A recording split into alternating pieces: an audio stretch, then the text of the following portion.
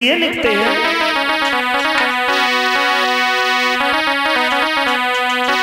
कि एक वृक्ष की दो डाली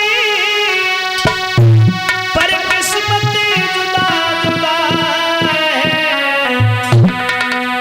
एक डाली जाए हवन में, एक से जली गई चिता है।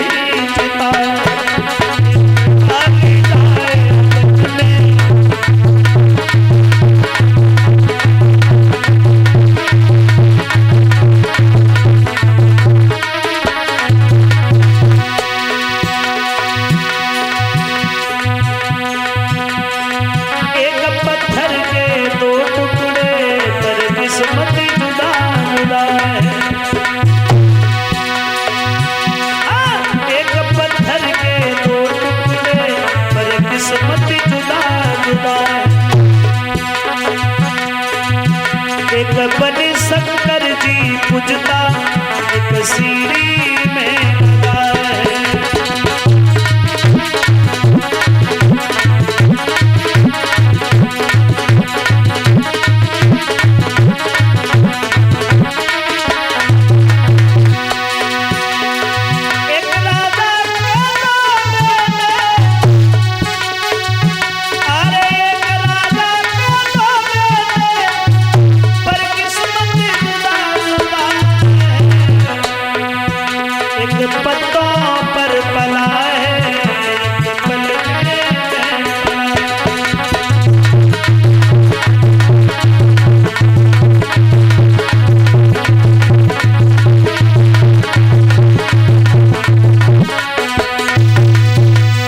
तो ये किस्मत होती है अपनी अपनी प्राणी की। थोड़े समय के बाद ही बच्चों का नामकरण संस्कार किया गया। विद्वान ब्राह्मणों ने छोटी रानी के पुत्र का नाम उत्तम रख दिया और सुनीत ने अपने बच्चे का नाम ध्रुव रख लिया, नारद के कहे अनुसार। जब ये दोनों बच्चे थोड़े समझदार हुए हैं तो इन दोनों में बहुत बड़ा हित हो गया, बहुत बड़ा प्रेम हो गया। प्रेम, प्यार नहीं, प्रेम। क्योंकि प्यार में और प्रेम में अंतर होता है। क्योंकि ये 2.5 अक्षर प्रेम के प्रेमी से ना टूटे। प्रेम में और प्यार में अंतर होता है। प्यार वो होता है पति पत्नी का प्यार। सर्दिन के महीना में कान से फोन दे और रजैया मूड दे लो, घंटन तक मत नहीं करो। प्यार, प्रेम भाई भाई का प्रेम है, भाई बहन का प्रेम, ये प्रेम होता है। बताया है भक्तजनों, उन दोनों भाइयों में जब प्रेम हो गया तो उत्तम ने ये कहा है कि भैया हम लोग इधर उधर तो खेलते ही रहते, चला आज पिताजी के दरबार में चलेंगे। और उसी समय जब पहुंचे हैं दरबार में, महाराज उत्तानपाद ने देखा है तो अपने बड़े पुत्र उत्तम को, बड़े पुत्र ध्रुव को गोद में उठा लिया, उत्तम का हाथ पकड़ा, ले जा करके सिंहासन पर बैठ गए। लेकिन जहाँ पे ज्यादा लोग बैठे हों, सब एक विचारों के तो होते नहीं है। सब लोग बड़े प्रसन्न हुए, महाराज की आदत कितनी अच्छी है। रोजाना घर पे तो उत्तम को भी गोद लेते होंगे, आज ध्रुव आ गए तो ध्रुव को भी गोद उठा लिया। महाराज अपने बच्चों में कोई भेदभाव अंतर नहीं समझते हैं। उसी भीड़ में एक नीच बुद्धि वाला इंसान बैठा था, जिसे आप चुगला भी कह सकते हो। चुगिला चूक तुए नहीं बुगाई कहे चाहे रोए घर घर फूट कराई दे यो करे ये कसे दो। उसकी आदत में सुधार नहीं आता। वो चुगिल इंसान चुपचाप दरबार से उठ गया, जाकर के महलों में सुरची के पास पहुंच गया। आवाज लगाई महारानी बोलो। अब बोले क्या भाई, तुम्हारा तो कहीं कोई सम्मान बचा ही नहीं है। तुझसे कौन कह रहा था? तुझे ये नहीं पता है महाराज ने हमारे कहने से बड़ी रानी को महलों से निकाल दिया है? और तू कह रहा है कि हमारा सम्मान नहीं है।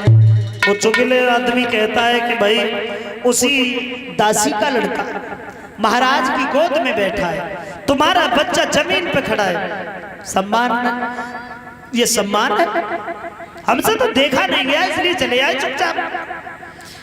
एकदम से ये बात सुनी है तो भागी और जाकर के देखा है तो क्या देखा, उस चुगिल इंसान की बात बिल्कुल सच है। महाराज उत्तान पाद ध्रुव को गोद में बिठाए हैं, उत्तम जमीन पे खड़ा है, तो जाकर के गाल पे एक तमाचा दिया। कमीन, तेरी ऐसी किस्मत कहाँ है कि तुझे राजा की गोद बैठने के लिए मिले? अब की बार इधर देखना लिए तेरी आंखें नोच लूंगी। महाराज उत्तान पाद के मुंह से एक शब्द भी नहीं आया कि शिकायत मार रही है। एक बात कही, सच बात तो यह है कि तूने पूर्व जन्म में भजन नहीं किया। अगर तूने थोड़ा भी भजन किया होता तब इस गद्दी का अधिकारी बनता। तो ये बात हमारी समझ में आई कि सच कहा। हर किसी की किस्मत नहीं होती है बड़े घर में बड़े परिवार में जन्म मिल जाए। इसलिए अक्सर जो ज्यादा पैसे वाले लोग होते हैं उनके घरों में बच्चे कम होते हैं। अगर कोई एक आध है तो वो काऊ को ना है, कोई कानो है, कोई कुतरो है, कोई लंगड़ो है, कोई लूलो, और जहाँ को टन्ना ना है पूजा तो लगी है। हर किसी की किस्मत नहीं है कि जन्म लेते ही और बहुत सारी दौलत का अधिकारी बन जाए। और रोते रोते ध्रुव अपनी माँ के नजदीक के लिए भागे हैं, और जैसे ही माँ ने अपने पुत्र को रोता हुआ देखा है तो जवाब दिया, लाला क्या हो गया? ध्रुव, अरे वो दुखियारी के लाल तो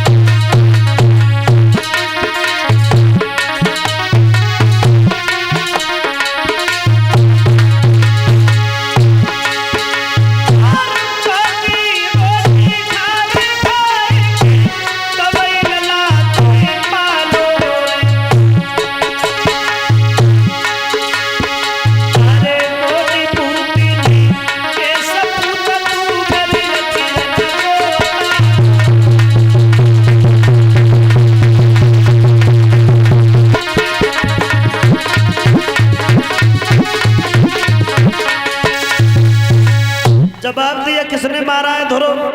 तो ध्रुव कहने लगे, मैया हम तो जा भी नहीं रहे थे, उत्तम भैया अपने साथ में हमें बुला के ले गया। पिताजी ने जैसे ही हमें देखा तो अपनी गोद में उठा लिया। न जाने मौसी कहां से चली आई, मौसी ने आकर के हमारे गाल पे तमाचा मार दिया। माँ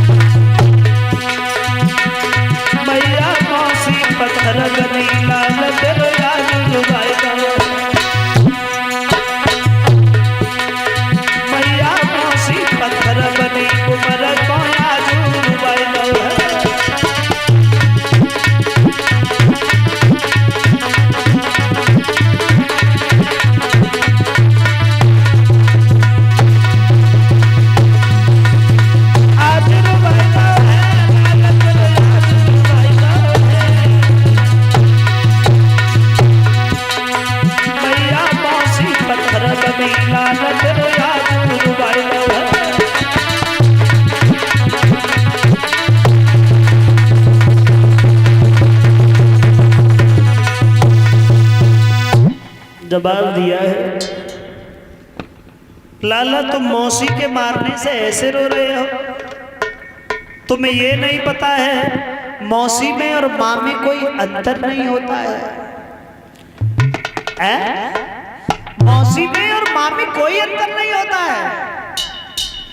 तो बोले मैया मौसी के मारने का दुख नहीं है, अब दुख तो केवल इस बात का है कि मौसी हमें मारती रही, लेकिन पिताजी ने एक शब्द भी नहीं कहा। कुछ न कहते तो इतना ही पूछ लेते कि इसका दोष क्या है। कि ध्रुव की सुंदर परण कुटी अपना तट पे दिखलाती है,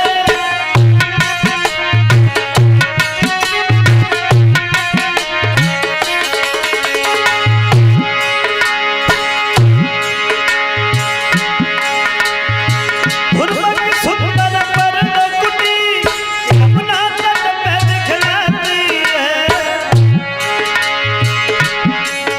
जिसके चारों दिश खिली हुई फुलबारी शोभा पाती है। कैसी थी वो कुटिया? छाई बहार कुटिया के तीर, छाई अजब बहार कुटिया के तीर,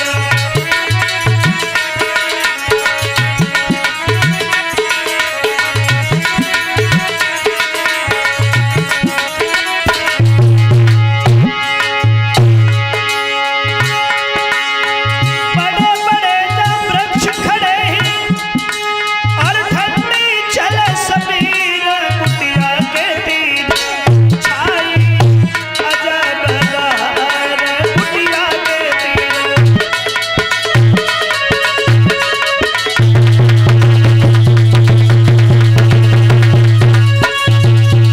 बड़ी सुंदर सी कुटिया का निर्माण किया। नारद वहां से चले गए तो ध्रुव ने पहला आसन 5 दिन का लगाया। 5 दिन के बाद में नेत्र खुले हैं तो क्या देखा है, बड़े सुंदर फल पड़े। स्नान किया, फल खाए और जल पीने के बाद में ध्रुव फिर बैठ गए। दूसरा आसन ध्रुव ने 25 दिन का लगाया। 25 दिन के बाद में जब नेत्र खुले तो क्या देखा, फल पड़े, उन्हें नहीं खाया, जल पिया और ध्रुव फिर स्नान करके बैठ गए। तीसरा आसन ध्रुव ने 5 महीने का लगाया। 5 महीने के बाद में तो जल को भी नहीं पिया, फल नहीं खाए। स्नान करने के बाद ध्रुव बैठे भी नहीं, खड़े हो गए। और जब खड़े हो गए प्राण वायु को रोक दिया, श्वास लेना जब बंद किया है, सीधे पैर के अंगूठा पे खड़े, दोनों भुजाओं को ऊपर कर दिया। नतीजा ये हुआ कि जब ध्रुव ने खींची प्राण वायु तो हबर की त्रिलोकी, हबर की त्रिलोकी, कहला मचा पानी हिला जल घुटने लगी।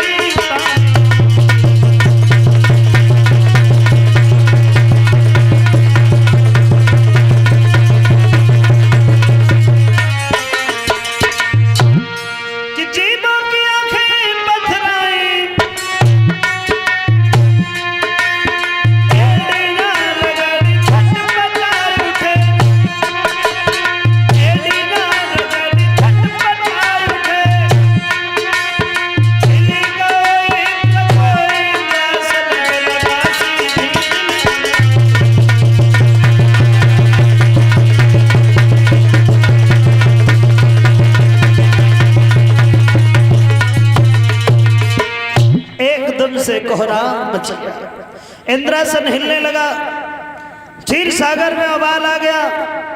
और महात्मा नारद के लिए आवाज लगाई भगवान ने, तो नारद सामने पहुंच गए। जवाब दिया, प्रभु क्या बात है? भगवान कहने लगे, नारद ये प्रलय से पहले कैसी प्रलय नजर में आ रही है? तो जवाब दिया, तुम्हें पता ही नहीं है,